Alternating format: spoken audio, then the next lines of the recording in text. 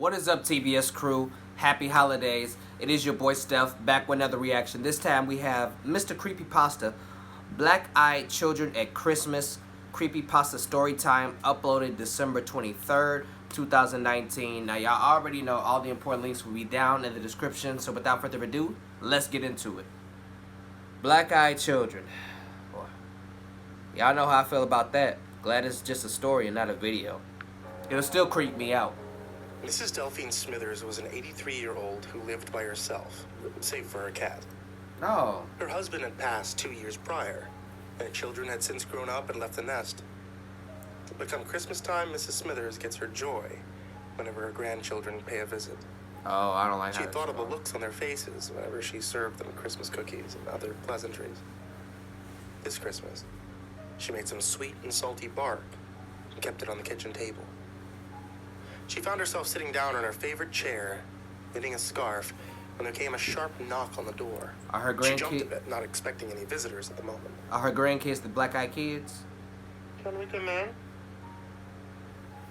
Smithers tentatively laid the scarf on the arm of the sofa, then gripped the chair. Her frail bones popped and shifted. Getting up from the chair, Smithers collected her walking stick and trudged rigidly towards the front door.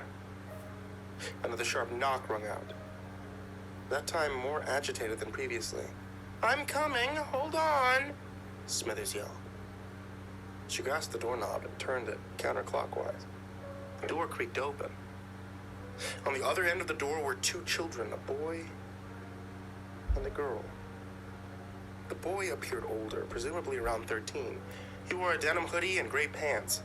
He was holding the hand of an 8-year-old girl who was wearing a blue dress with white lace. She actually opened the door. For whatever reason, the children had their heads bowed, looking at their feet. The boy repeated his question. "Can we come in?" You deserve to get got, old lady. Smithers scratched her head. It was 10 p.m. Why would these children be at her house at that time of night? Somehow the boy must have realized what she was thinking. We need to borrow your phone. My cell phone battery's dead." That's not my problem. Smithers thought more about the suddenness of having these unexpected guests, but they were children regardless. At the very least, she could grant them this one request. She nodded her head, gesturing the two children in.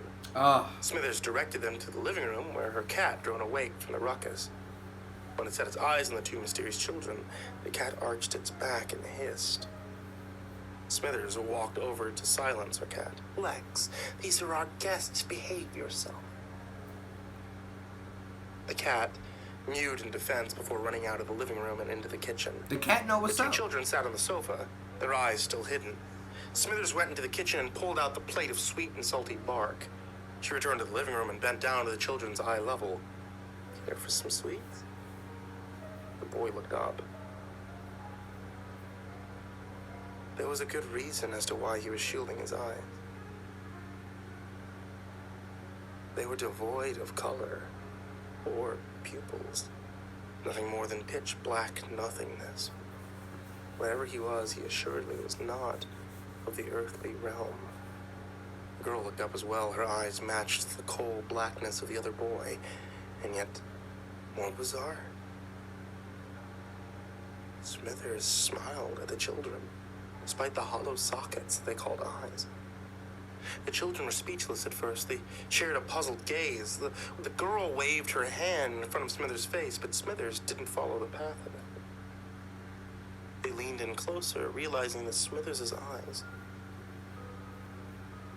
were glazed over in a thin sheet of blue. She was blind. Smithers suddenly frowned. "Oh, I'm sorry. You don't care for them?" Thank you," the boy said. He took a piece of sweet and salty bark and he broke it in his hands before passing the girl a piece. Her heavy teeth ground down on the sweets. Oddness aside, the two children couldn't help but bask in the sweetness and saltiness of the snack. They indulged themselves in more of the sweets before getting up. Are they poisoned? They looked at the decorations with curiosity. On top of the fireplace was a stand with a small replica of the nativity scene.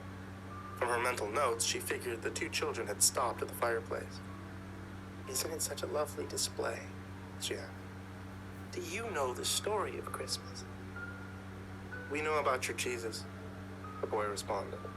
Our ancestors spoke a lot about him. Confused by his statement, Smithers nevertheless allowed the two children to further marvel at the Christmas decorations. The girl rustled the Christmas tree, causing the ornaments to fall on the ground.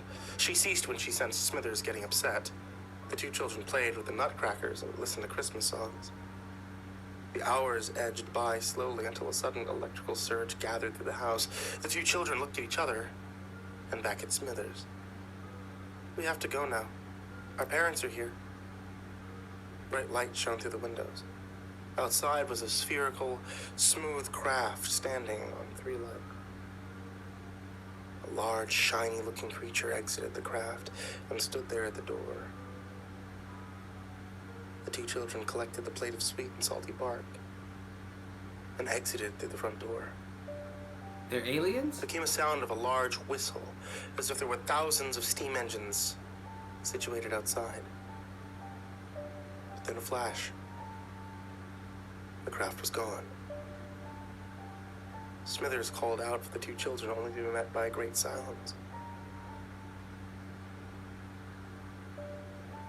She closed the door and returned to her knitting. It sounded like she was in on that shit. What the fuck going on? Hey there, kids, and happy holidays. It's me, Mr. Creepypasta. That's Skeleton. And I just wanted to tell you guys thank you for watching tonight's video.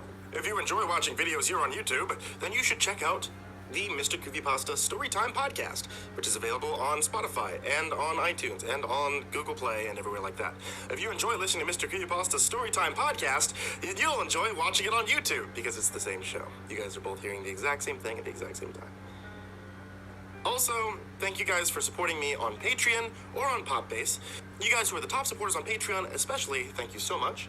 Like Joey Gilbert, Jordan Alexander Sanchez, Wayne Milstead, Chambinski, Ken Lando Higuchi, Brianna Ventine Jensen, Stephen Van Huss, Tristan Pelton, G Weevil 3, Diana Krause, Asia, the Red Oak Shield Virus, Sandy Barney, Nico Kyle, Caleb Dougal, Daniel Paulson, Dante Rao, Last Blade Song, The Ginger Bros, Don Mealmeister, Eliminator 86, Nubsky, Finley E. Hopkins, Steampunk Sinner, Rafael Rodriguez, Optimistic Avocado, and Dr. Strawberry. Everyone there, as well as in the description down below.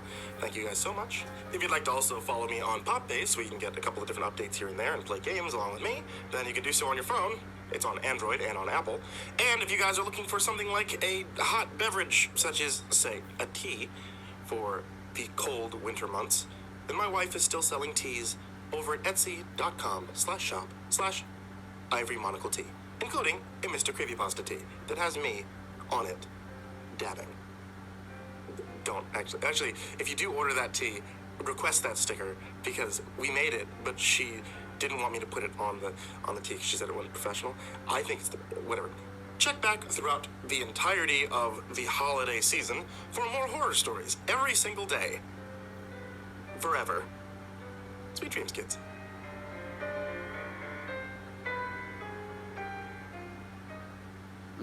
The story wasn't as unnerving as I speculated that it would have been. Possibly if the video was longer, I would have been more unnerved by it. But the old woman, she y'all already know. I ain't even got to tell y'all that she was bullshitting. She was playing around with her life from the beginning. Yes, I know it's a creepypasta, but trust me, people actually will do this shit. Just because they're kids, they'll let them in no matter what time of the night it is. And I'm not trying to be heartless towards children at all. That's not even where I'm at. My thing is, the way the world is now, you have to be careful of this shit. Like, even, man, they could be 5, 6-year-old kids coming to ask to use the phone.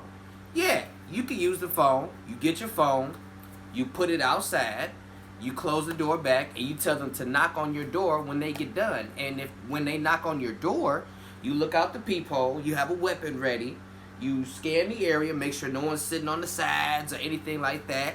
You get the phone back, you call the police. Well, first, you should call the police as soon as the kids show up on your doorstep so they could be already on their way.